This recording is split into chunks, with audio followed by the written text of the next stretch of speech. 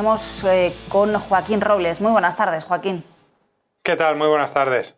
Bueno, evaluábamos esta mañana si confiar o no confiar en el rebote que estábamos viendo. Finalmente, con la apertura de Wall Street sumábamos más volatilidad al mercado, vaivenes en los índices y finalmente, bueno, pues ha quedado ese rebote un poquito deslucido, con la excepción del IBEX 35, impulsado por esas compañías renovables que de nuevo impulsan al selectivo. Sí, desde luego que sí, está habiendo mucha volatilidad, es sorprendente lo que ha pasado en el IBEX 35 en las últimas 2 jornadas. Ayer empezamos con una caída de más del 5% que recuperó a medida que fue avanzando la sesión, pero hoy ha sido todavía más rápido.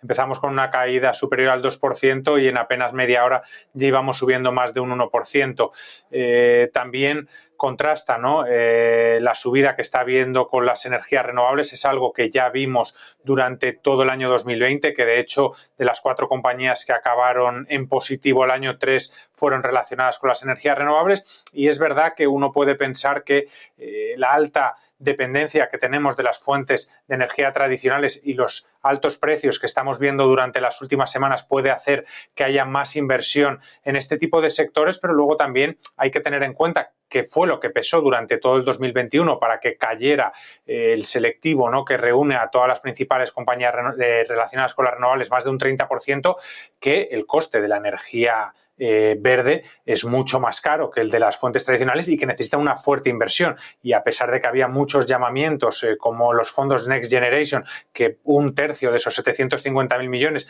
iba a ir destinado a este tipo de energías, todavía no se han empezado a distribuir estos fondos y las empresas, por ejemplo, que cotizan en la bolsa española, todavía no se han aprovechado de estos grandes proyectos. Así que, bueno, hay que tener cuidado, ¿no?, con estas revalorizaciones que estamos viendo en este tipo de empresas durante las últimas jornadas, porque, bueno, podrían desaparecer durante las siguientes si no se van cumpliendo expectativas.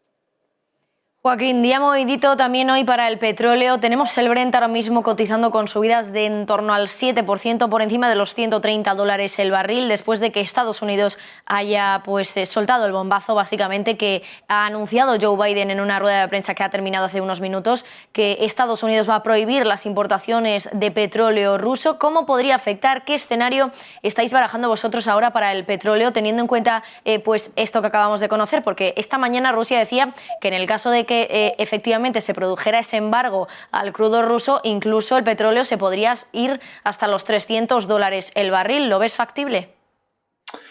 Estamos ante un escenario muy complejo y muy incierto. Antes de que empezara estas tensiones geopolíticas, el mercado del petróleo ya estaba subiendo y las previsiones eran que durante este primer semestre de año alcanzara los $100, ¿no?, por barril. La OPEP y sus socios, liderado tanto por Arabia Saudí como con Rusia, tenían unos recortes aproximados de 4,6 millones.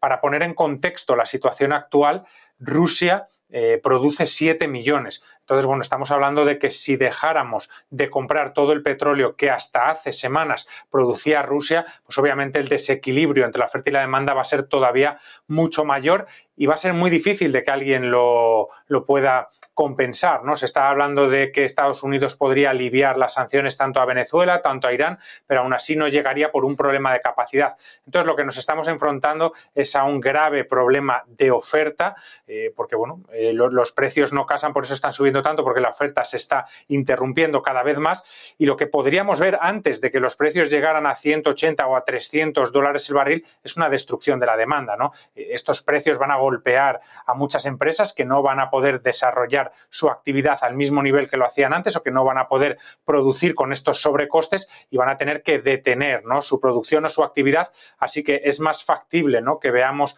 una caída de los precios, ya sea porque la economía se encamina a una recesión y se va destruyendo la demanda, que porque se va contrayendo, ¿no?, en este sentido, o aumentando la oferta. Joaquín, ¿cómo interpretamos el movimiento que estamos viendo también esta jornada en el mercado de los bonos? Hemos visto de nuevo esas subidas de rentabilidad en las últimas horas. Sobre todo destaca el bono alemán, que estaba en negativo y de pronto otra vez a ese 0,10%. Es la mayor subida en porcentaje, pero bueno, lo vemos también en el rendimiento estadounidense, en el español, en el italiano. ¿Cómo lo interpretamos?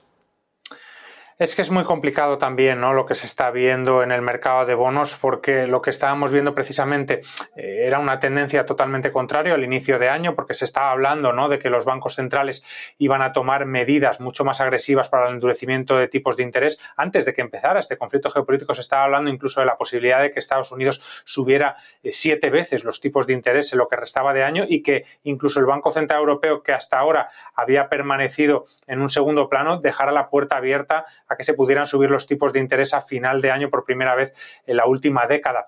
¿Y qué ha pasado? Bueno, desde que empezó el conflicto geopolítico, muchos inversores han buscado esos bonos, ¿no?, sobre todo el alemán y el norteamericano, como activo refugio. Lo que ha hecho es reducir la rentabilidad y ahora lo que se está viendo es que, bueno, no está sirviendo tanto de refugio o que va a ser un refugio para un estricto corto plazo, ¿no?, porque tarde o temprano los bancos centrales van a tener que actuar, porque si nos preocupaba antes las inflaciones del 7,5% en Estados Unidos y del 5,4% en Europa, las lecturas de marzo y abril pueden ser algunas incluso de doble dígito, ¿no?, por lo que los bonos a lo mejor no van a resultar, ¿no?, tan protectores como se había estimado al principio. Pues a ver qué nos dice al respecto este jueves el Banco Central Europeo. Desde luego una reunión cada vez más complicada para el Banco Central. Joaquín Robles, muchísimas gracias por acompañarnos. Hasta el martes que viene. Igualmente, muchas gracias.